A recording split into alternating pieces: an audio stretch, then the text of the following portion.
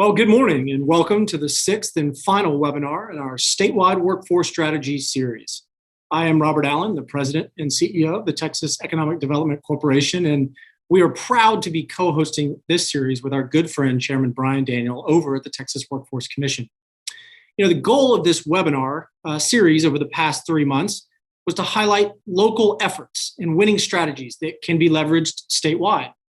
Our effort stems from Governor Greg Abbott's Tri-Agency Workforce Initiative, which charged the Texas Education Agency, the Texas Higher Education Coordinating Board, and the Texas Workforce Commission with ensuring Texans are prepared for jobs in the industries that power the state's economy.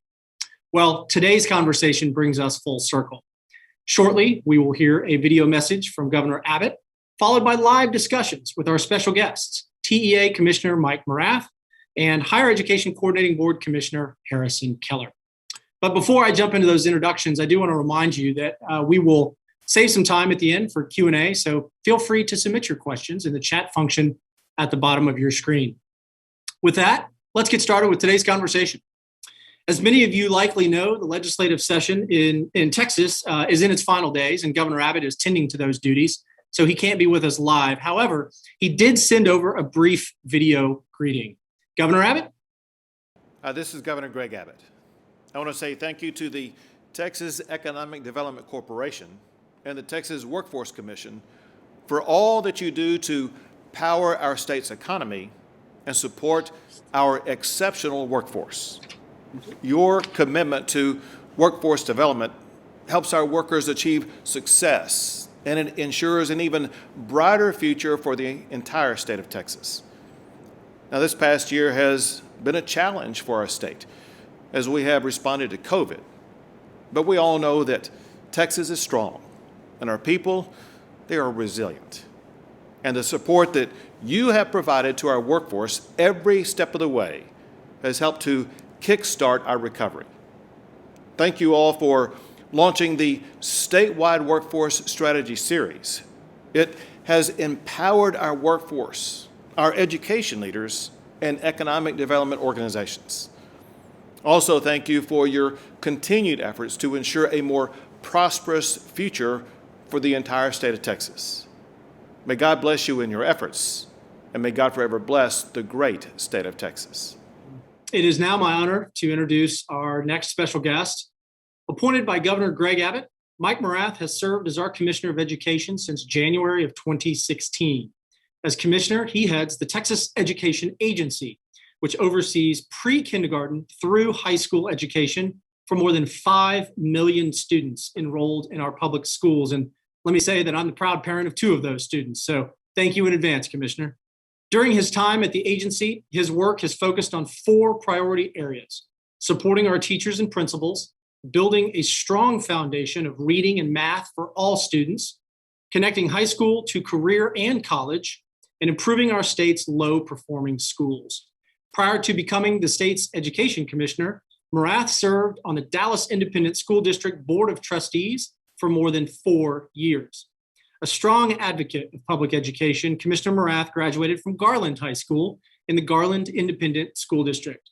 And thanks to that great public school education he received in Texas, he went on to earn a Bachelor of Business Administration degree, summa cum laude, from George Washington University in 2.5 years. Very impressive. Please join me in welcoming Texas Commissioner of Education, Mike Morath.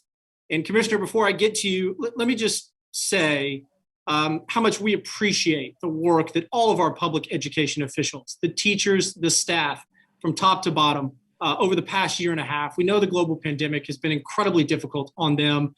So really want to extend our appreciation to you and to all of those working in the sector. And one final comment, I had the privilege of working with Commissioner Morath on Governor Abbott's Strike Force to Open Texas. And let me just say that we are extremely fortunate to have him serving in this role. So Commissioner, thank you for being with us, and I'll turn it over to you. Thank you, Robert, for the kind words for me and really for all of our educators. We have 700,000 people that work across about 9,000 schools in Texas, and we are really blessed to have an army of angels working for us to help our kids. I'm also a dad of 4, and we're in the two of them are too young yet to be in public school, but the other two are. And so I guess I'm not only the commissioner, I'm also a client. Thanks everybody for joining. I want to give a big thank you, especially, and this will be kind of a recurring theme, to my my partners in the Tri-Agency Initiative, Commissioner Daniel, Commissioner Keller. A little bit of backstory, because I have been around for this work since it was initially launched by Governor Abbott in March of 2016. The tri-agency charge that the governor pushed us towards, these three independent agencies, I think was a real stroke of genius on his part, because all three of our agencies work really to grow human capacity in Texas. Whether we're talking about very little humans that start in the pre-K side of things, which impacts both TEA and the Workforce Commission because of their involvement in early childhood education, are young humans in the sort of 5 to 18-year-olds space that are center field for K-12. Slightly less young adults, that we'll say, in the Higher Education Coordinating Board, and then adults generally, which is both the Coordinating Board and the Workforce Commission. The central charge of the governor is, to us as independent agencies, was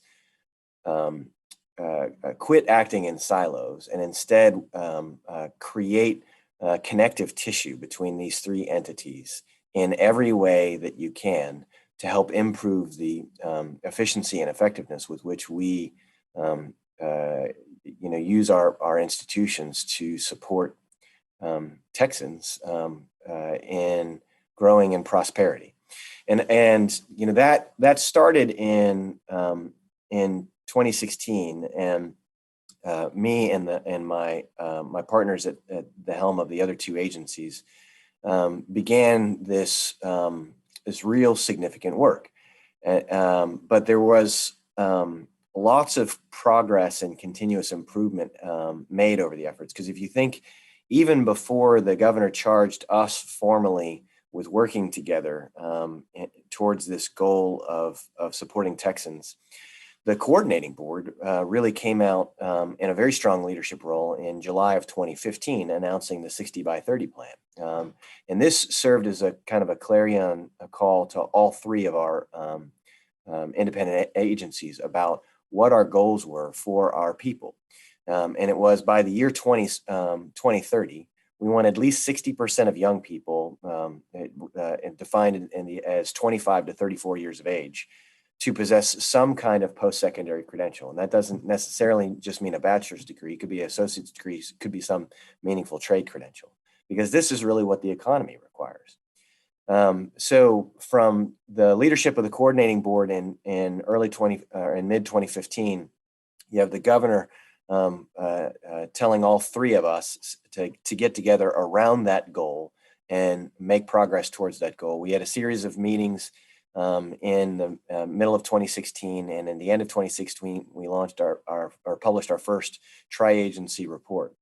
There was a lot of work behind the scenes administratively in the agencies, but there was also a lot of public policy progress made as well. And in June of 2019, House Bill 3, a completely transformative piece of school finance legislation on the K-12 side, was adopted, which really embedded the 60 by 30 goals, our collective goals for all three of our agency, into law specific to the K-12 system. So you see all these sort of formal public policy hooks connecting all three of our agencies.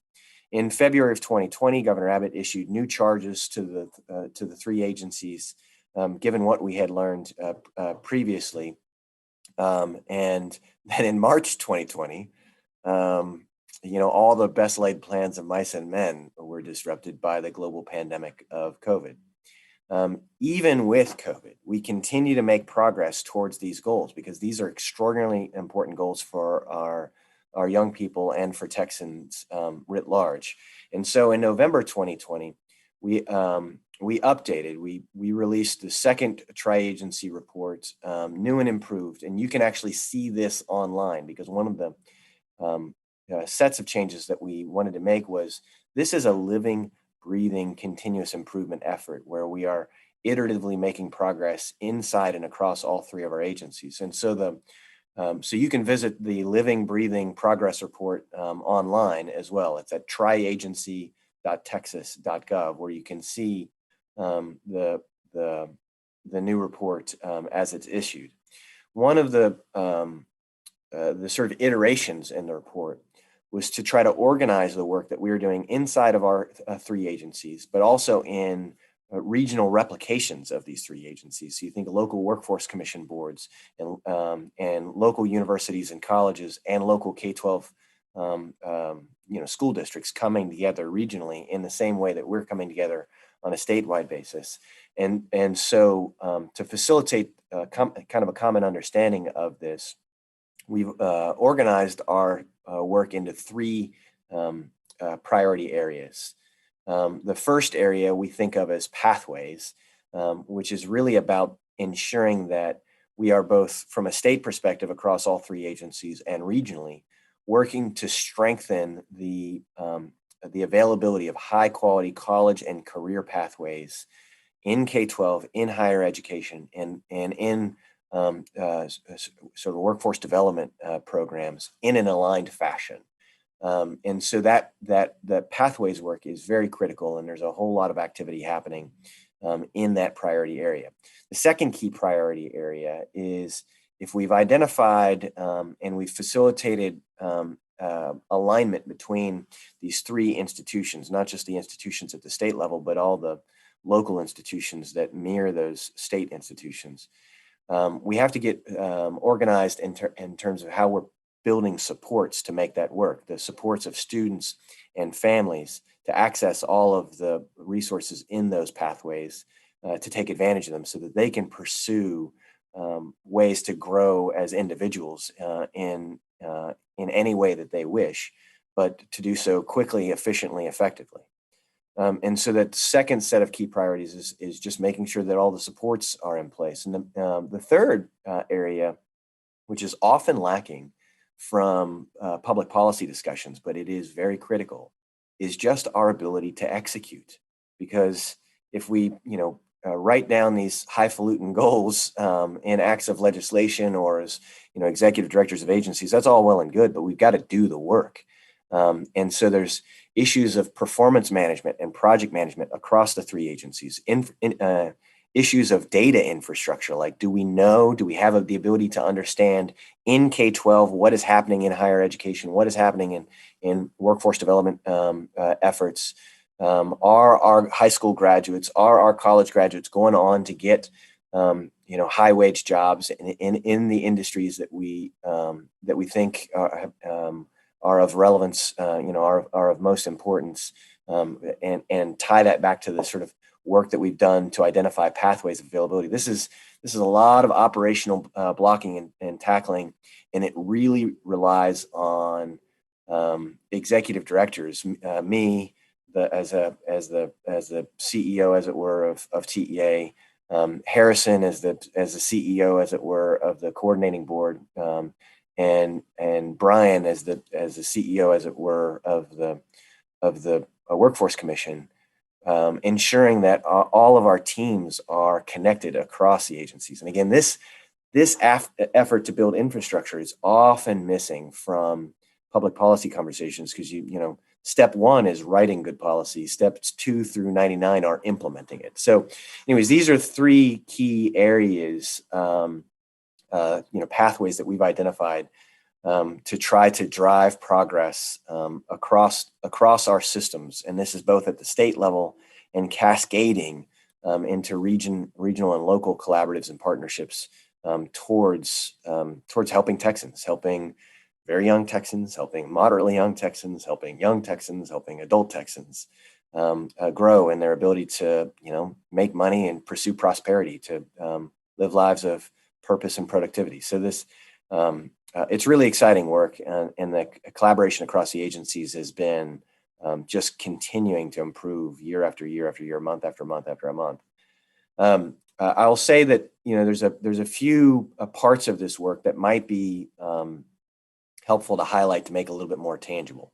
So in our first category of work, our pathways work, the one of the sets of activity that we are trying to do is, for example, build more paid internship opportunities, more pre-apprenticeship opportunities, more apprenticeship opportunities in K-12 and in higher ed, tied to specific employers and the work that they need done. So think of classes that kids take in high school that have been identified as credit-bearing classes that also have the kids doing work with employers in their community, that gives them a sort of a pipeline into middle skill and high wage jobs in their community. Like, we need to add more of this. We need to see more of this. And so one set of work that we're doing in Pathways, very tangible set of work, is adding that, making sure that our high schools have those courses identified, that they're built in collaboration with local employers, that kids are enrolling in those courses, that kids are actually employed by local employers, and doing the work, both simultaneously getting paid on an entry level basis, kind of an internship, but paid internship, but also connected to future employment opportunities. Very tangible example of the work that we're doing to collaborate across agencies and across sectors. That's again just one example of this pathway work that is bearing fruit. Another tangible example of pathway work that is really, really important and deeply meaningful is part of House Bill 3. Actually made this an active public policy.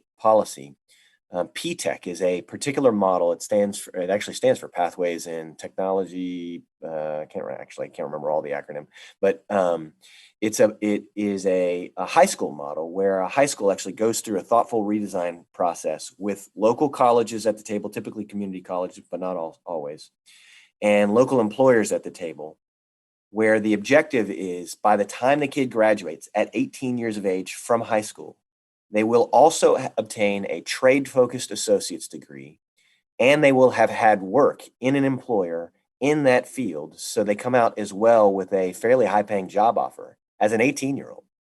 And so the collaborative work that we're doing with the Workforce Commission and aligning, bringing employers to the table, and with Coordinating Board and higher ed to the table, we are seeing a skyrocketing growth in the number of high schools that are following the PTEC model. And just in like the last year, we've doubled the number of kids who are graduating from Texas high schools with an associate's degree. And you think about how game-changing that is for, say, a first-generation college student to come out actually already with a college degree, with no debt, and with a high-paying job. And they can even continue to go on to get a bachelor's degree thereafter. We get, essentially 20-year-olds who will have bachelor's degrees. So it's very exciting work. A couple of other things. So you just think about in priority area number 2, some tangible examples of priority 2 work that is about giving supports to families and to students, whether we're talking about adult students or younger students, is between TEA and the Coordinating Board specifically. We have gone all in on building sort of strengthened college and career advising programs. And in fact, the Workforce Commission is even funding this through local workforce boards to do this same kind of work, so that when a kid is in 8th grade and then 9th grade, 10th grade, 11th grade, 12th grade, they can talk to somebody in their K-12 school about what jobs are available, what the kind of career prospects are in those jobs, and jobs that they've never even heard of, that their family circumstances have never exposed them to. And likewise, what kind of college opportunities and pathways they should be thinking about. And this informs then even the course selections they're making in high school. So this work to improve and strengthen college and career advising That I would say the nexus of this work is sitting in the coordinating board with a project called On Course that Commissioner Keller is leading, sort of all three of us, but in a very tightly integrated fashion. And so this is just an example of why this tri-agency work and the collaboration and coordination across all three agencies is so critical. Another tangible example under the third category of work, the work that is about sort of agency infrastructure and coordinated planning. And this is often ignored, again, in policymaking circles, but you think about just the sort of Edwards Deming, total quality management, continuous improvement management practices. We actually, across our agencies, we are using common language and common templates, common tools for project management. For those of you that are steeped as certified project management professionals in your background, like the work that you have to do to make the trains run on time, to set time-based goals that are tangible for deliverables. Are the deliverables getting done? Are they getting done at quality? Do we have performance metrics that allow us to evaluate the success of these efforts, and how rapid cycle are those performance metrics being evaluated? And we have, across all three agencies, we actually have planning teams following the same sort of operations playbook, project management playbook. And if you haven't spent a whole lot of time managing complicated projects and building a performance management culture in your organizations, this is like game changing for public sector, for like government, because we're sort of de-bureaucratizing our three agencies to work in a much more agile, nimble operating parameter, while of course following all the laws of the state, which does require a certain degree of bureaucracy. But that tangible kind of project management tools, sharing the same underlying, like, this is the way we're tracking project goals, and this is the way we all track it, whether it's this kind of spreadsheet or a smart sheet or a specially customized tool or Microsoft Project, or whatever the underlying tool is. So we're using the same tools to drive goals. So it's a very tightly integrated set of work. It requires very skilled executives, and I cannot say enough good things about my compadres in this, Harrison Keller and Brian Daniel, the three amigos of us, kind of driving coordinated work to execute on these tri-agency goals and inside this tri-agency framework. But that's what we've been up to. It has been a journey of continuous improvement that's netting tangible goals for kiddos that are 3 and 4 years of age, kiddos that are 15 years of age, young adults that are 22 years of age, mid-career adults that are 30, 35 years of age. It's exciting work, and we're making progress, even in spite of the last 14 months of our lives being besieged with the global pandemic. So anyways, Robert, that's kind of a high-level overview of what we're doing. And Chair Daniel, I'll I guess turn it to you, but just before I do, I cannot say enough good things about Brian and Harrison as partners in this effort. They're amazing leaders, and I feel blessed to have the opportunity to work with them. Well, Mike, thank you so much for that, and likewise, it's been an absolute pleasure working with you on the tri-agency and all the sidebar projects that we've created from that work. You said it best, and I just really appreciate this opportunity to work with you, get to know you, and I think that work's going to continue. And frankly, that is a very exciting prospect for me as we continue to push forward after this legislative session and be able to enact some plans that frankly got put on hold a little bit because of the pandemic, something you talked about. Thank you so much, Mike, for taking time to join us and for your remarks here today. I know you're going to be able to hold on for some questions at the end. I think we'll get some good questions from our audience. We generally do here today. But I need to introduce our next speaker. What an exciting opportunity for us to have these tri-agency agencies here today. And so obviously, if I'm one leg of that stool, Mike's another, that means that Harrison Keller must be on tap for us to hear from today. And, I think he's going to be able to really bring this together for us and understand some things that are going on in the state that should be pretty exciting for all of us that are concerned about workforce. So let me introduce Dr. Harrison Keller, Commissioner of the Texas Higher Education Program Board. I have his bio here. I'm going to read it because he sent it. Actually, he didn't do it. His staff did it, and I want him to know what his staff's saying about him. Commissioner Keller is a sixth-generation Texan with more than 2 decades of experience in educational budget and policy, digital learning, senior university administration, management, fundraising, and building effective coalitions among school districts, community colleges, university systems, and policymakers.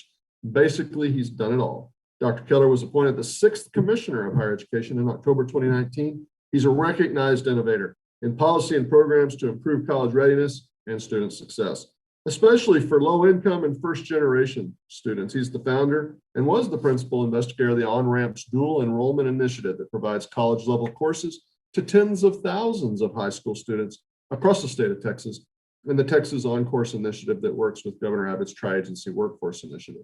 This will all improve secondary college and career advising across the state. Before the coordinating board, Dr. Keller served as the Deputy to the President for Strategy and Policy and a Professor of Practice at the University of Texas right here in Austin. While working at UT, Dr. Keller also served as the Vice Provost for Higher Education Policy and Research and Executive Director of the Office of Educational Innovation and the Center for Teaching and Learning. Prior to these roles, Dr. Keller was the Director of Research for the Texas House of Representatives and Senior Education Advisor to the Speaker of the Texas House. Dr. Keller has taught at Georgetown University. That's not Georgetown, Texas, I don't think. I think that's Georgetown in Washington, D.C. St. Edward's University right here in Austin, and of course, the University of Texas in Austin. He holds a bachelor's degree in philosophy from the University of Notre Dame and an MA and PhD in philosophy from Georgetown University. With that resume, I think you can see we all bring a different focus to this. Dr. Keller's focus on higher education is keen, and he looks at it through many different lenses. But I think what he's going to show us here today is exactly why his leadership has made quite the impact at the Higher Education Coordinating Board and across the state. So without any further ado, Commissioner Keller. So thanks, Brian. I appreciate that kind introduction. And so the Texas Higher Education Coordinating Board, if you're not familiar with it, it's responsible for coordinating across our colleges and universities, supporting hundreds of institutions that serve nearly 1.5 million students, especially through our public colleges and universities. Now, I've been Commissioner of Higher Education in Texas now for just about 18 months. But of course, it feels a lot longer than that now, especially as we're approaching the end of the legislative session. So this past year and a half, we've been through hurricanes, a massive winter storm, and of course, still coming through the most serious public health crisis we've seen in more than a century. And so some things we were working on at our agency were slowed down by the challenges we faced this past year, but other things we've been able to speed up to support our institutions and their students through this disruption. And I think that the reboot of the governor's tri-agency initiative just a little over a year ago has been very, very helpful to us at the agency. So I'd like to just share a little bit of our current work at the coordinating board and 3 of the major strands of work that we have underway to support our tri-agency initiative right now. So first, I'd like to tell you about our work to review and update our state higher education goals that Mike mentioned, the 60 by 30 Texas goals, so we can better align our goals for post-secondary education with what the state needs right now. And then I'd like to talk about some of the exciting work that we have underway to modernize that educational and workforce data infrastructure, which frankly is more than a year ahead of where I might have expected us to be right now, especially because of strategic investments by the governor and legislative leadership of a portion of federal stimulus funds this last summer. And then finally, I'll talk also briefly about our work across the agencies to bolster college and career advising. All of this is happening for us at the agency through very strong partnerships with our Texas colleges and universities, our policymakers, state and national funders, and with our colleagues at TWC and TEA. And I'd also like to express my deep personal appreciation to Chairman Daniel and Commissioner Morath for their partnership and support. And all of this work relates directly to our larger shared commitment to make sure that Texas has the educated workforce it's going to need to maintain and advance our competitive position in the global economy. So despite all the disruptions of this past year, I'm excited about where we're heading. Now, let me talk about 60 by 30 Texas. So that 60 by 30 Texas strategic plan, as Mike mentioned, was unveiled in 2015 as the roadmap for Texas higher education. And the central goal of that plan was to increase educational attainment, especially for younger Texans, so that by the year 2030, we'd have 60% of Texans aged 25 to 34 have earned some kind of post-secondary credential. So the 60 by 30 Texas plan was designed to make sure that Texas would be able to meet changing job demands and remain competitive in the national and global economies. Now, since then, we've made good progress across most of those goals, but while the intent of the plan remains critically important, let's just stipulate it would be a good thing for us to increase educational attainment. It's become evident, especially over this past year, that we need to update that plan to meet the needs of Texas today and into the future. Now, when we first started talking about possible updates to the 60 by 30 Texas plan, I had just stepped into this role and I was constantly on the road and airports and visiting campuses and meeting with students and educators and business leaders and legislators. And at our house, there was this constant buzz of friends and kids' friends and extended family, and the state economy was surging and the unemployment was at record lows. So my conversations with Governor Abbott and legislators and my tri-agency partners were full of optimism. And we were all looking forward to a 2021 legislative session on higher education that would be designed to complement the important work the legislature did in 2019 on House Bill 3 that had dramatically increased our funding for public schools and increased equity in our public schools. And so in higher education, we were all looking forward to 2020 and 2021, and then COVID hit. So suddenly things looked very different. And of course, the pandemic, it shook our state economy. It cut short tens of thousands of Texans' lives and created millions of job losses. We've had millions of Texans file unemployment claims since last March. Now, it finally feels like that the dawn is breaking, especially because of the dissemination of some of the best vaccines that humans have ever discovered. We're not quite out of the dark yet, but we're coming through this. And for all our challenges, we know we're much more fortunate here in Texas than so many other places in the United States and around the world. Now, when the pandemic's finally passed, I'm confident that some things are going to go back to normal, but a lot of things won't. And in particular, one of the things that we spent a lot of time discussing across our agencies is that many of the jobs that Texans have lost aren't coming back, or they're not coming back quickly, or they're looking very different. So what kind of future should we hope for? Now, in higher education, we know that in moments of crisis, our colleges and universities have always been among our most important assets to help build a better future. And I want to say that I think that's been on full display this last several months as we saw college and university leaders step up to support community public health responses. They made changes to keep people safe on campus, and that included rapidly expanding what they're doing with online learning and also contributing to developing treatments and vaccines that are already saving lives and have enabled us to turn the tide on COVID-19.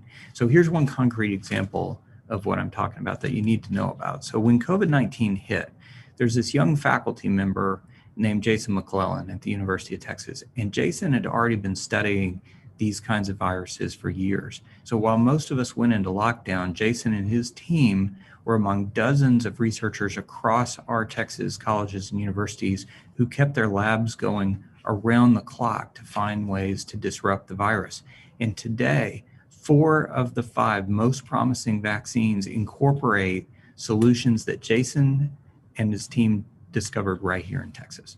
So that's just one example of the kind of cutting edge research and discovery and innovation from our Texas universities. It's advancing public health, it's innovating new technologies and creating new opportunities. That kind of work on the frontiers of human knowledge is absolutely vital, especially now when we've seen that the disruptions over the past year have accelerated changes that were already underway in the economy much faster than anyone might have anticipated. The governors and the legislature's support for world-class research and development through our universities helps set this stage. And the continued commitment of our colleges and universities across the state is going to be absolutely essential if Texas is going to maintain and advance as one of the world's most vibrant economies. Now, our colleges and universities also are going to have primary responsibility to develop the talent that's going to help drive economic recovery for individual Texans, our communities in the state, so we can emerge from the crisis with even more resilient and more skilled workforce. But how fully we are going to realize that vision is going to depend on how we resolve three key dilemmas. So first, one of the most striking things about this recession over the past year is how strong that correlation is between unemployment and educational attainment. So workers without bachelor's degrees aren't back to their pre-pandemic unemployment rates, but they're about where the unemployment rates were last year for workers who didn't have post-secondary credentials.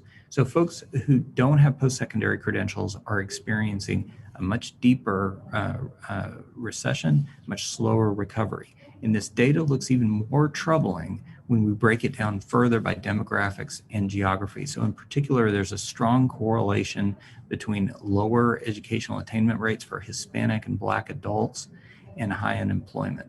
And of course, some of those same communities have also been hit especially hard by COVID-19. Second, it is absolutely clear that we need to do a better job of educating more Texans to higher standards, but it's not going to be enough to just say, generally, we need more credentials. There are tens of thousands of good jobs being created here in Texas. And Brian has been right there, can tell you all about those major announcements from some of the world's leading companies that are expanding in Texas, Tesla and Amazon and Google and Apple and SpaceX. But there can be substantial distances between the kinds of skills that many of those good jobs require and the kinds of skills and credentials that many of our Texas displaced workers currently have. And those are the kinds of skills they're going to need to make it easier to find new jobs and transition across similar jobs. So we don't just need more credentials.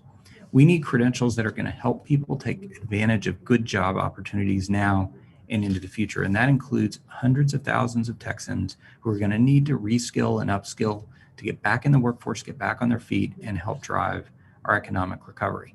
Now, of course, Governor Abbott and our state leadership are committed to making sure that Texas has the best climate for business in the nation. And we know that the major reason that the companies are going to start up and move to and stay in Texas is talent.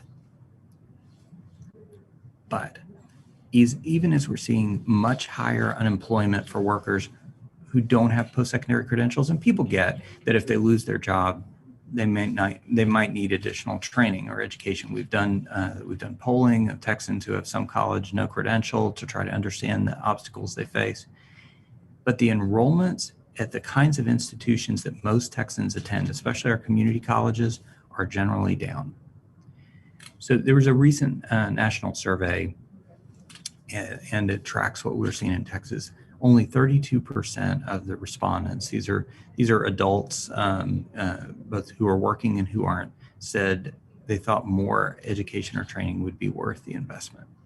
In both the national and state surveys, people say they're worried about the cost of more education, and they're not sure about how education and training might translate into better job opportunities. So it's not enough for us just to build programs and expect people to come. We're going to have to work together across our agencies to make sure that all Texans are going to have access to the kind of information, advising, and support they need, so they've got that clear line of sight to good jobs, and they can participate in and benefit from those kinds of educational and training opportunities they need. So that's the context for the work that we're doing across the agencies and within our agencies to help strengthen our state's higher education plan, to help guide major decisions about state budget and policy. And the new version of the 60 by 30 Texas plan is being developed in partnership with stakeholders across the state. In fact, we just wrapped up a series of 10 regional roundtables where we heard from more than 500 employers, educators, and community leaders across the state.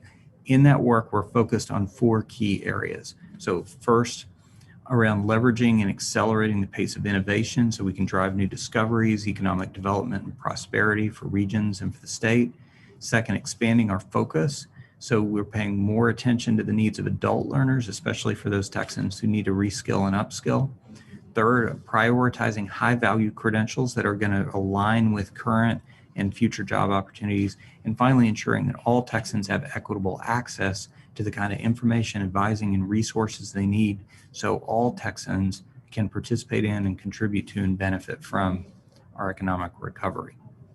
So right now we're compiling all the recommendations and feedback that we've received, and then we're going to reflect that back publicly in a summit next month. And we're also working on potential metrics for each of these areas so we can monitor progress and help drive improvement. Now, it isn't going to be possible to drive improvement in complex systems like the Texas talent pipelines without good data to tell us what's happening and where to focus our efforts.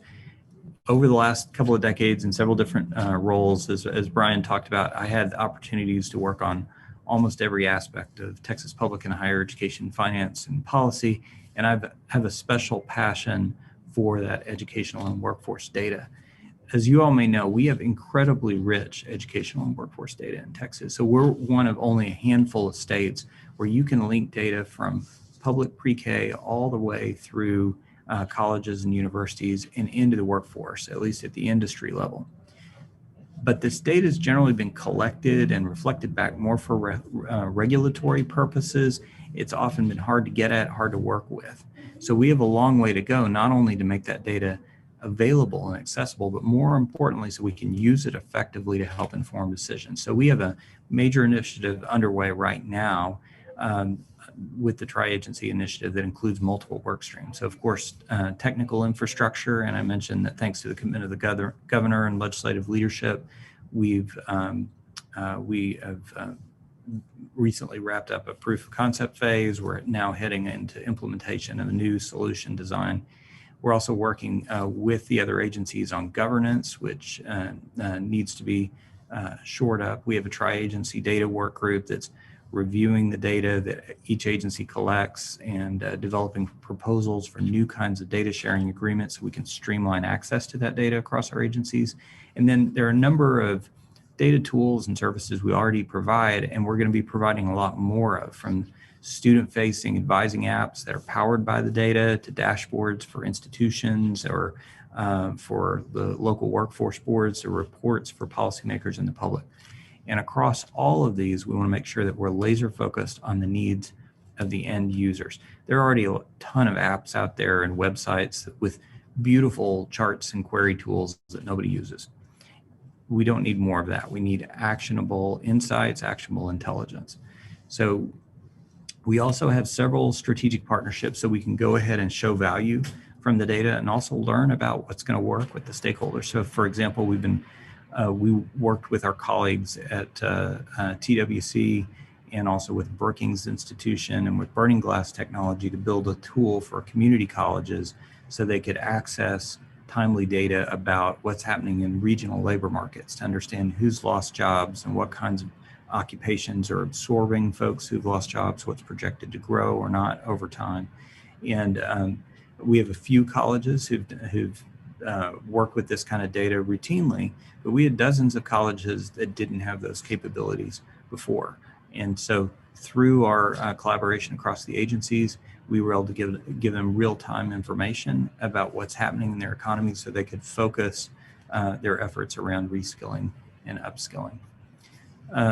Now, one of the most important ways also that we're leveraging this data in an area where our work is expanding rapidly, as both Brian and Mike had alluded to earlier, is also to bolster the quality of college and career advising. So from middle and high schools through our colleges and universities and into the workforce. And through the Tri-Agency Initiative, we're leading a statewide effort. So in partnership with colleges and universities, with school districts, with employers, state and national organizations, so we can innovate and strengthen college and career advising. And that includes some of the kinds of curated advising resources that Mike mentioned earlier, in-person and virtual advising using recent college graduates. We have an artificial intelligence chatbot that we've rolled out that can text personalized reminders. Right now we're texting with more than 150,000 seniors across the state so that we can help ease their transitions from secondary into the next thing. We have new data dashboards for advisors and institutional leaders. And as Mike mentioned, the Texas On-Course Academy includes a digital academy for just-in-time training for college and career advisors across the state. So today we have about 17,000 college and career advisors in middle schools and high schools across the state. So these are the advisors who serve more than 95% of our secondary students across the state, who are connected to the Texas On-Course Academy, connected back to our work through the Tri-Agency Initiative, and even more importantly, networked with each other. So they have access to the accurate information across every dimension of college and career advising. They can serve more students effectively. So to illustrate just one point about why I'm so passionate about this, why I think that this is so important, I was just over at the Capitol the other day testifying about some work we'd done where we were looking into our top 10% data. So as you all may know, we have in Texas a policy that students who graduate in the top 10% of their high school graduating class get automatic admission to our universities. The University of Texas, it's a little more variable because of the demand for UT, so it's top 6%. But still, if you graduate in the top 6% of your high school graduating class from any high school in Texas, if you want to go to UT, you have that access. That's unique among the states. So we've been looking into this data, and what we see is that we've got a significant brain drain, and that's happening in two dimensions. So first, we're losing thousands of students to out-of-state institutions. So the Midwest schools, Mid-Atlantic schools, other SEC schools, the New England schools are aggressively recruiting Texas students. We have more than 200 institutions that have physical presence just in the DFW area recruiting Texas students to go out of state. Even more concerning is that when we look at, so for example, the Black students who qualified for automatic admission to universities, nearly 17% of them didn't enroll at any college or university in Texas or across the United States. For our Hispanic students, it was about 16.1% last year. So what we saw is enormous pressure from many students to help support their families, to go into the workforce. This is not an issue that evaporates as we get more people vaccinated. This is an issue that compounds over time, and I would describe it as a strategic vulnerability for the state. We're very concerned about what we see in students not making that transition, or students dropping out of high school, going into the workforce. But over the longer term, they're going to be much better served. The state's going to be much better served if we can get them back on track, help unlock that potential so they're going to be on track for good jobs and good careers. So to wrap up, I'd like to reflect just for a couple of minutes on the significance of this moment, especially as it relates to the innovation and how we're delivering education. It's hard to overstate the kinds of challenges that we faced this past year. So we have seen the most significant disruption in higher education to the operations of colleges and universities since the Second World War. And some of the most visible positive changes that have come with that have been around digital learning. So over the past year, all of our colleges dramatically accelerated their work, and they changed the ways that they're using technology, and they changed the ways they're using physical spaces. And we've seen very creative things happening with academic program design and calendars, campus operations.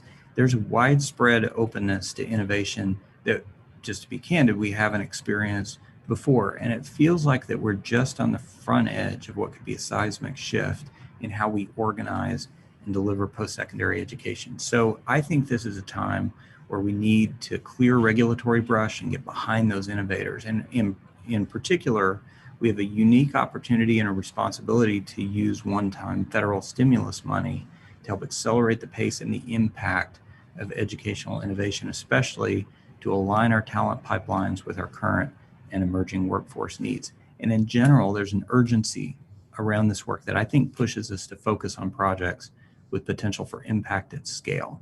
So for the coordinating board and the work that we're organizing through the Tri-Agency Initiative, This isn't a time for boutique projects. With our tri-agency partners, we're committed to this work, and there's a ton of good work underway. But again, I'd just like to close by noting that while it's essential to have good policies, good structures in place, you can't legislate goodwill.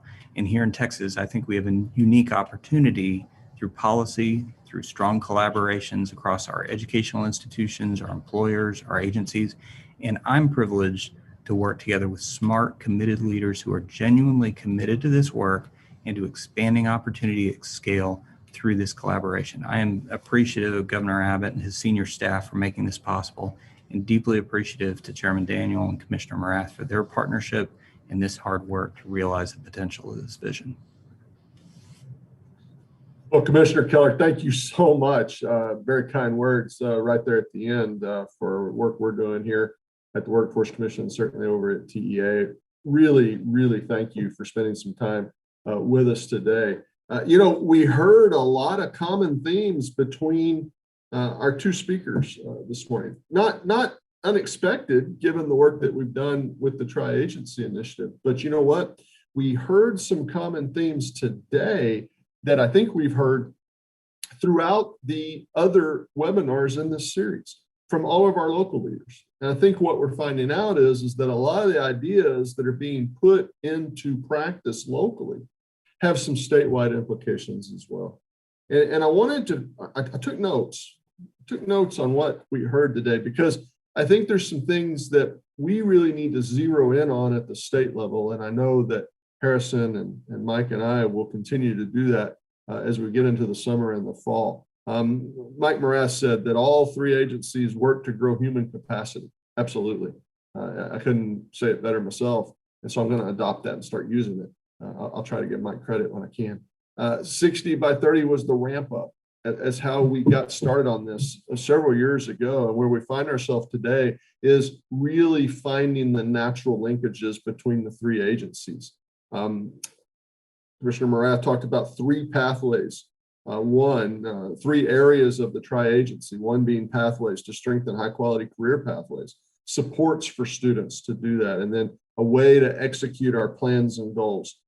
Texas for Texans needs to be connected across the agencies, and that's exactly what the Tri-Agency Initiative does.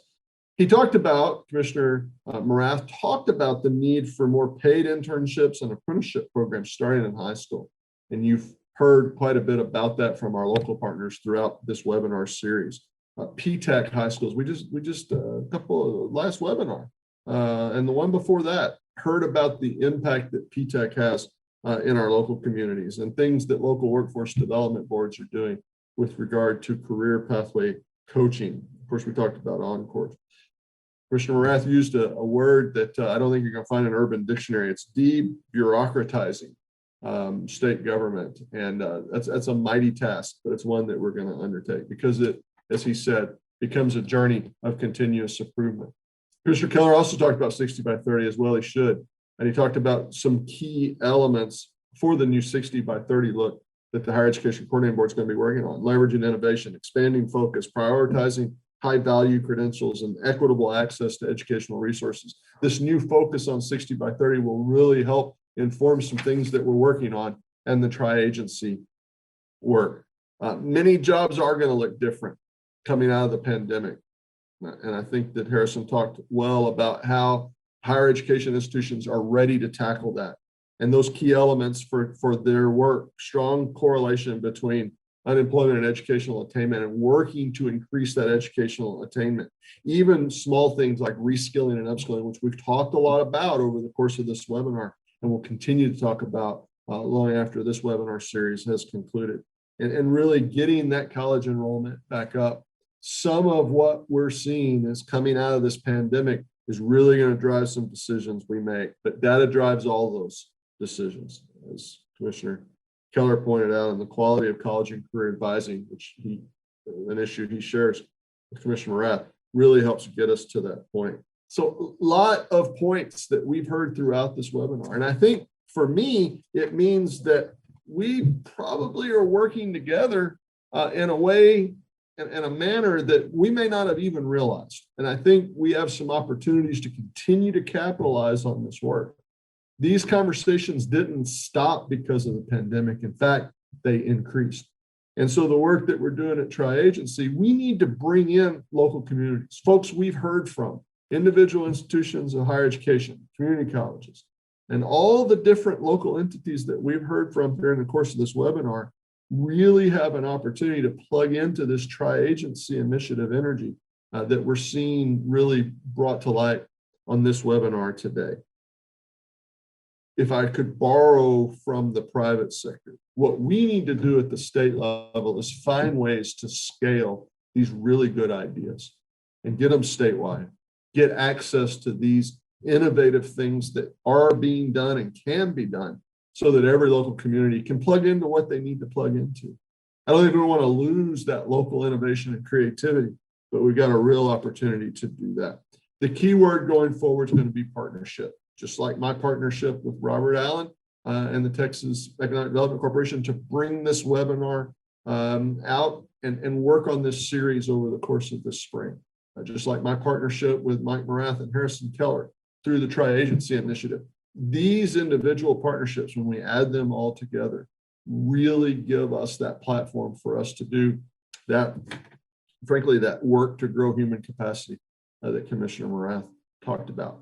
We've got some great opportunities to scale these ideas to the size of Texas and to make that partnership work for us in a way that can really get some things done for so many Texans.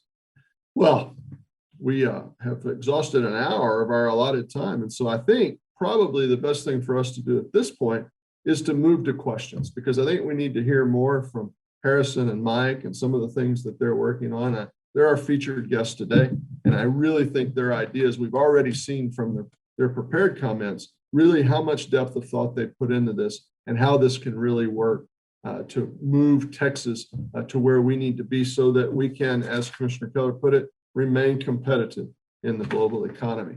So the first question I'm getting off the chat here is, coming out of the pandemic, what do you think the most pressing issue for the Tri-Agency Initiative will be to immediately tackle? So coming out of the pandemic, what do you think the most pressing issue for Tri-Agency agencies, what do you think the most pressing issue is going to be that we need to tackle first?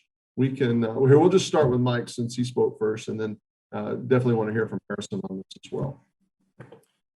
Yeah, it's a great question. That there's so much of what we are doing is good, sort of regardless, pandemic or not, and essentially leads with greater urgency as a result of the pandemic. Under the umbrella of support, sort of that second pathway that I spoke about, what we're attempting to do is build effective technical supports for individuals whose educational trajectory has been significantly disrupted. And right at the sort of nexus of K-12 and higher ed, you have a bunch of kids, disproportionately low-income first-generation kids, who were sort of on a trajectory to get into college and would have been successful doing so. But when the disruption of the pandemic hit, all of the normal stressors of life that can sort of throw you off your plans landed with like a ton of bricks. And so we lost a lot of kids who, these are 18-year-olds, but who would have been pursuing and completing higher education that no longer are. And so the work that we do on generally what we think of as advising, it's kind of a flavor of counseling, but academic support to help young people continue on their academic trajectory that happens in high school and happens in college and happens between high school and college. This is, one of the most critical sort of aspects of work under the auspices of the Tri-Agency Initiative that we got to really accelerate and double down on. Yeah, I would agree with that. So this the recession we experienced, we know is the most inequitable we've seen since economic data has been tracked. And if you see what's happening in our educational pipelines, it reflects those larger indicators. So we have, for low-income students in general, and amplified for Black students and Hispanic students, we see fewer students participating in higher ed, fewer students transferring from 2-year to 4-year colleges. That our transfer rates are off about 8%. Our community college enrollment are off about 9% on average. We're seeing students persist and complete their degrees at lower rates. So, and I mentioned earlier that we are seeing a spike in, say, the 16 to 19-year-old participation in the labor force. Ordinarily, we would say participation in the labor force is a good thing. In this case, it's got some long-term negative implications as students who normally would be on a trajectory to earn post-secondary credentials and be on pace for good jobs, for earning certificates and associate's degrees, bachelor's degrees that we desperately need as a state. Those students have diverted. And so we're going to need to be all hands on deck across K-12 and higher education and across different kinds of institutions in close partnership with our employers so that we can shore up our talent pipeline and make sure that we're going to not just get through this disruption, but emerge stronger. Well, certainly a great question and frankly, even better answers. This is why we're so excited to have today's conversation. As you've talked about through both Commissioner Keller's conversations, Commissioner Morath's conversation, and then Chairman Daniels as well, you're getting a little peek behind the curtain here of what's really happening day in and day out with the work that these agencies are doing. And as the one that's tasked with marketing the state of Texas domestically and globally, we don't really know what our competition is doing behind the scenes to elevate, education and make sure that they're able to fill that pipeline of needed talent moving forward. But we now know what we're doing in Texas. And I certainly am going to sleep a little bit easier tonight after hearing the update from our speakers today. Another great question that just popped in. What is your favorite metric for conveying educational and workforce success in the state of Texas? We get this question a lot. So again, what is your favorite metric for conveying educational workforce success in the state of Texas? Commissioner Morath, maybe we'll start with you and then Commissioner Keller. We, because of where we sit in the age horizon, we were focused on kind of younger kids, but we think of a metric that is analogous to the 60 by 30 metric, but the 60 by 30 metric is actually the age range of 25 to 34.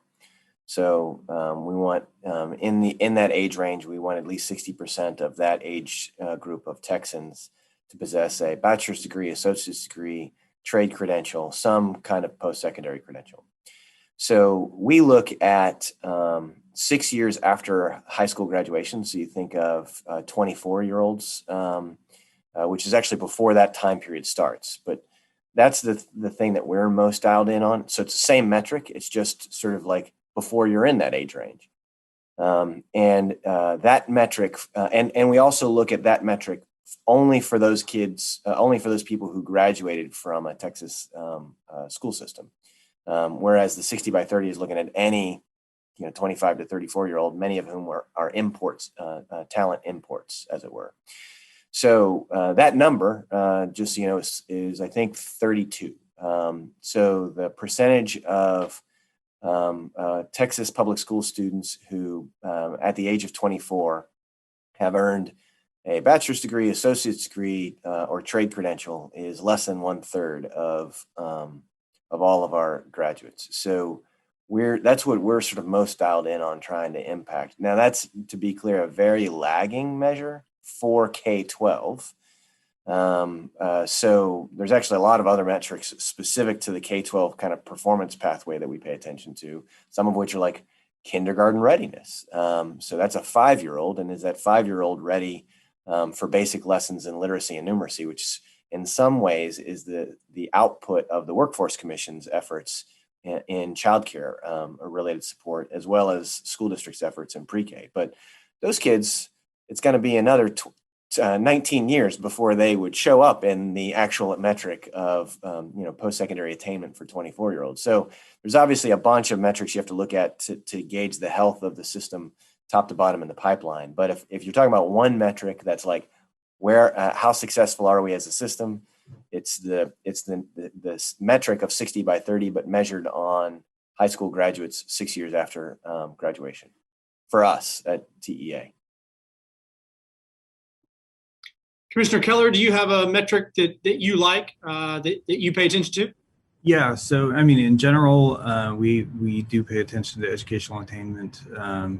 As I said before, we're working right now on how we can be more nuanced, more focused in the ways that we think about educational attainment. We don't just want to make up credentials for the sake of claiming that we're making progress. We want to make sure that we've got more people earning credentials that are of value. So I'd say one of my favorite metrics is earnings. So we do look at what we see happening in the value of different kinds of credentials as reflected in earnings, both first year earnings and earnings over time. So let's stipulate that there are a lot of other things that make post-secondary education valuable.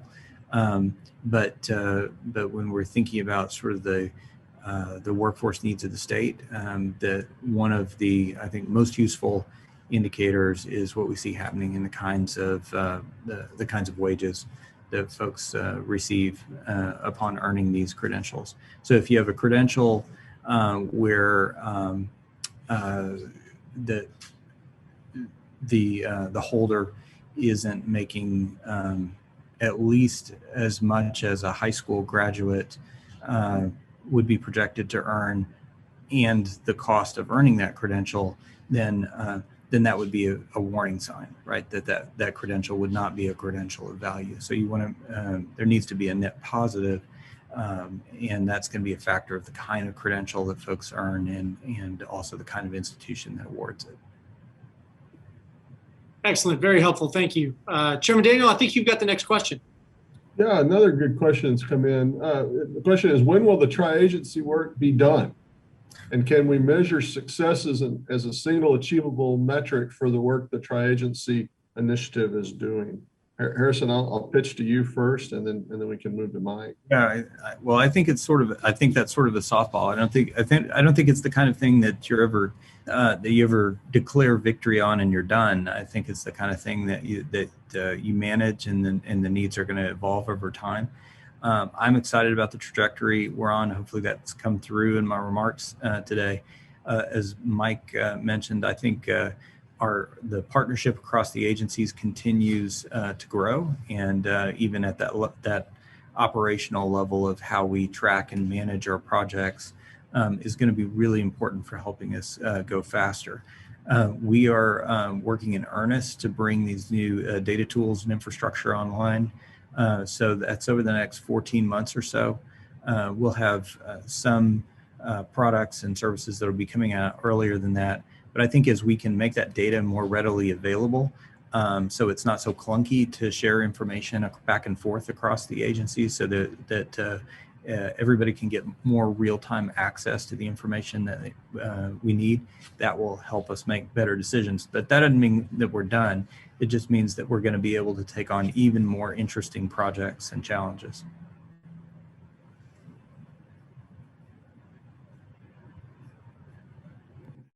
Mike? We're never done. We're done when we reach perfection, but we're human, so that's never going to happen. So it's as simple as that. I absolutely agree. There's no measure. The measurements of success, if we do our job right, will continue to require more measurements, I'm afraid.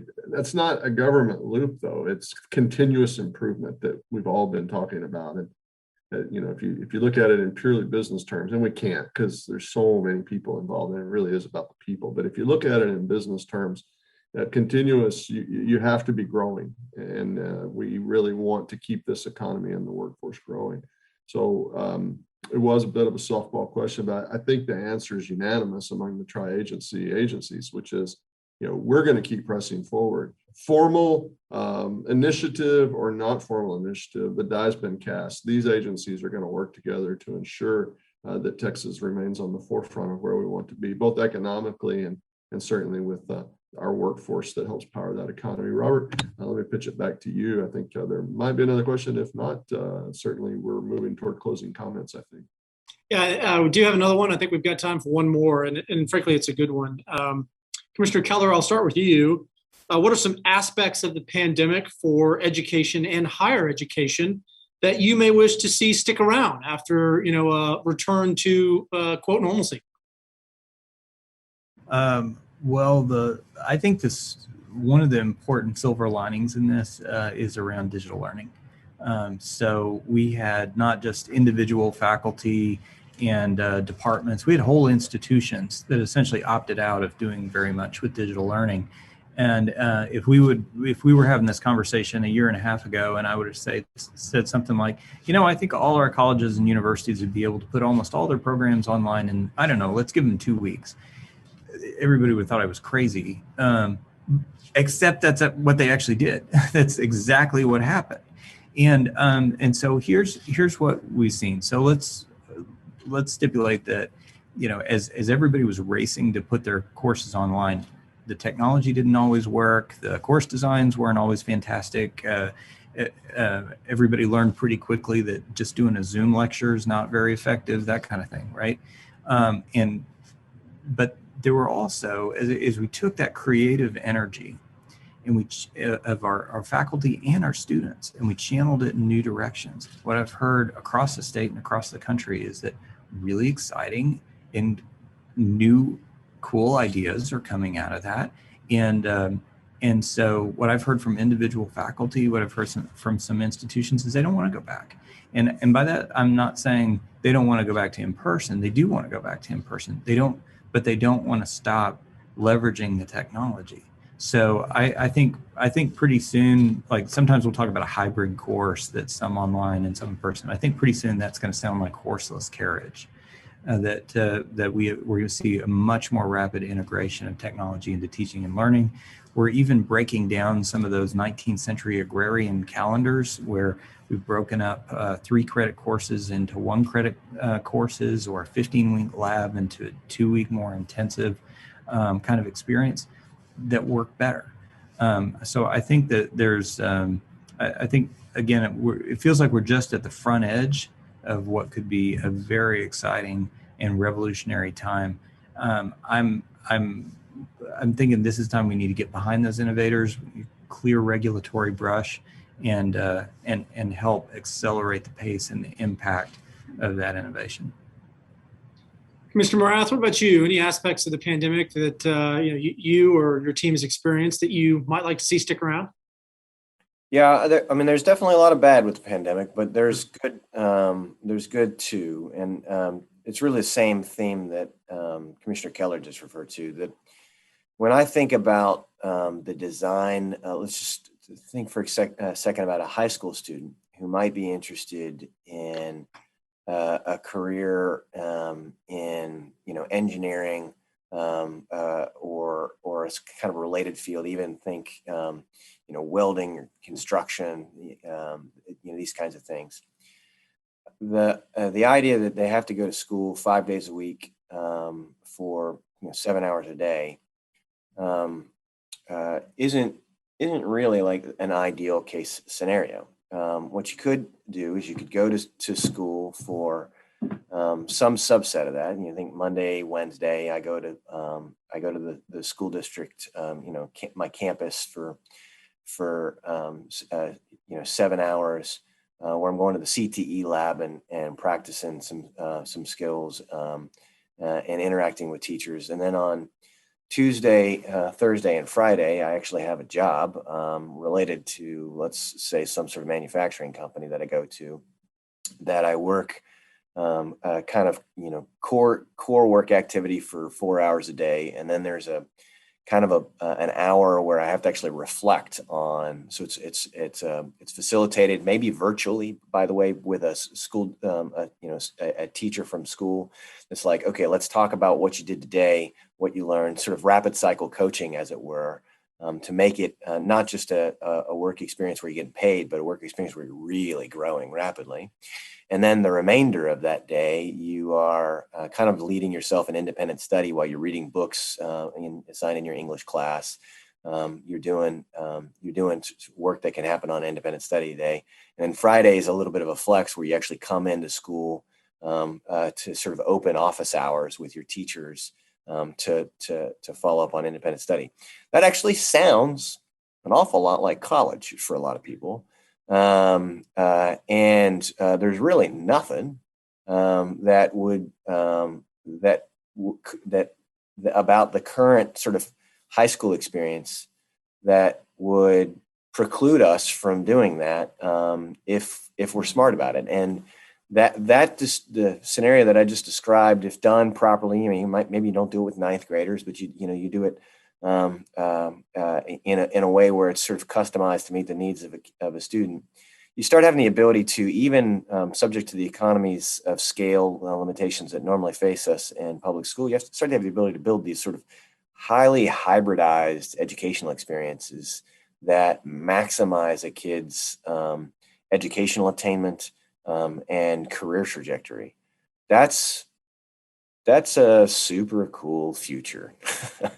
And we're seeing that being experimented on, iterated on all over the place with what we've learned about remote delivery of instruction in the K-12 experience. And that's just one example of something that could grow out of this from a hybrid perspective. I even think at the younger levels, I'm talking to my wife, like, maybe it'd be nice to have the kids at home slightly more often. Where they go on a half-day rotational basis. They get to experience more like extracurricular activities they have. Clearly, we at the house need to do more because there's nothing that you're doing in the primary grades that's not involved like assisted homeschool. Mom and dad have to do a lot of lifting there. But to the extent that you got families that are interested in that, again, you create these experiences for kids that both help them get this social benefits of school while sort of maximizing their individual growth and strengthening families in the process. Like, also totally doable. So there's a bunch of alternative delivery vehicles. School doesn't have to look like it did in 1920. It can look like it should in 2020. And I think that some of what we've learned out of the pandemic will break institutional inertia and allow for more of that sort of creative delivery models. And that could bear real fruit for a whole lot of kids all over the state of varying ages and backgrounds. Well, creativity, flexibility, forward thinking, kind of some of the words that come to my mind when I hear your answer to that question, and Commissioner Keller's too. And again, as a client of yours with two young kids in public school system, I agree. I want to be in a state that's forward thinking and thinking about best ways to deliver, the educational experience. And while there's been a tremendous amount of negative, obviously associated with the pandemic, it's been very, very difficult. As Commissioner Keller pointed out, we were thrust into this new world, and in a very rapid period of time, we were forced to embrace change. And some of those experiences, I think, ultimately can be extremely productive for us in the state of Texas. And, the whole concept and notion, Chairman Daniel and I started talking about this series idea more than 3 months ago. We talked about highlighting successful strategies that can be used and implemented statewide. We did not want to reinvent the wheel. There are a lot of great wheels out there. We simply wanted to highlight those and then find ways to spread that message and potentially implement some of those things statewide. So we've come full circle, as I said before, and today is the conclusion of this series over the past 3 months. So let me take this opportunity on behalf of Chairman Daniel to thank Commissioner Morath and Commissioner Keller for joining us today. Really, I'm honored to just be part of this group. You heard the highlighted work that these three individuals are leading Very impressive work, by the way, extremely necessary work, by the way. And so I'm just thrilled to be a part of this and to be able to highlight some of really the exciting work that's being done in the state of Texas. I also want to thank Governor Abbott for his leadership. Frankly, without the leadership and the thought of kicking off the tri-agency workforce, none of this would have materialized. So obviously, I want to thank Governor Abbott and for his video message earlier today. And we look forward to continuing this conversation. I don't want people to think that this is the end of the conversation. It's not. In fact, if anything, it's the beginning. We want you to stay engaged, continue to work in your regions, in your cities, in your communities on this topic. Because I have said many times before, and you will hear me say many times again, it does not matter how many jobs are created in the state of Texas. If we don't have the skilled workforce to fill those jobs, we will not be able to continue to be the best state to live, to work, and to play. And I'm reminded of that every day because I've got 2 little ones that go out the door. So it's an easy reminder for me. I know Commissioner Rath has got a few that go out the door every day as well. So it's an easy reminder for him. But we have to all be in this together. And I think today you heard of what's happening at these 3 impressive agencies, that they are working collaboratively together. One final comment before I wish everybody well, and that is there were a couple of other questions that we got today. Great questions. Didn't get to them, but we will do our best to get back to you with some answers on those questions as well. So again, on behalf of the Texas Economic Development Corporation, Chairman Daniel over the Texas Workforce Commission, thank you to the governor. Thank you to Commissioner Morath, to Commissioner Keller. And then finally, maybe the most important thank yous, and that is to the teams behind the scenes at my organization and at Bryant's that did a really phenomenal job putting this series together. Frankly, without them, none of this would have happened. So a huge, huge thank you to all of those behind the scenes that made this happen. With that, I'm going to give you a few minutes of your time back. Wish you a great rest of your day. And we look forward to continuing this conversation into the future. Thank you all very much.